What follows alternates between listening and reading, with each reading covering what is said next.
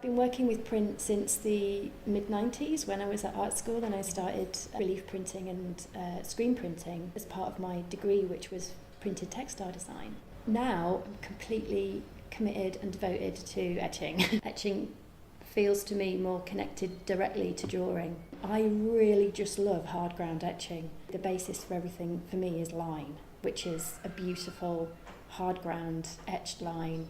And also I really like etching with the plates themselves, so using the edge of a plate as a line.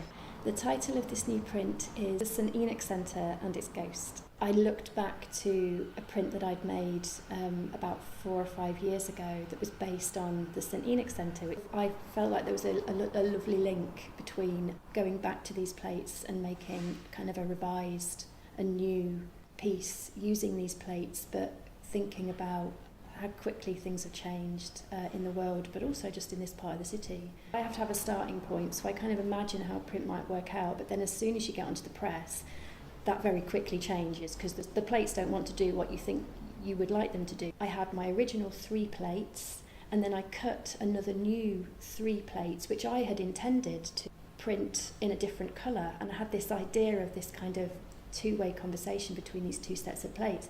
But once I got onto the press, it just wasn't coming together, and I was playing around with different tone, I was thinking about different colours, and in the end, it took a while to figure out, but I had to discard these new plates I'd made and just stick with the ones that I had originally used, and I started to try printing the ghost of the print.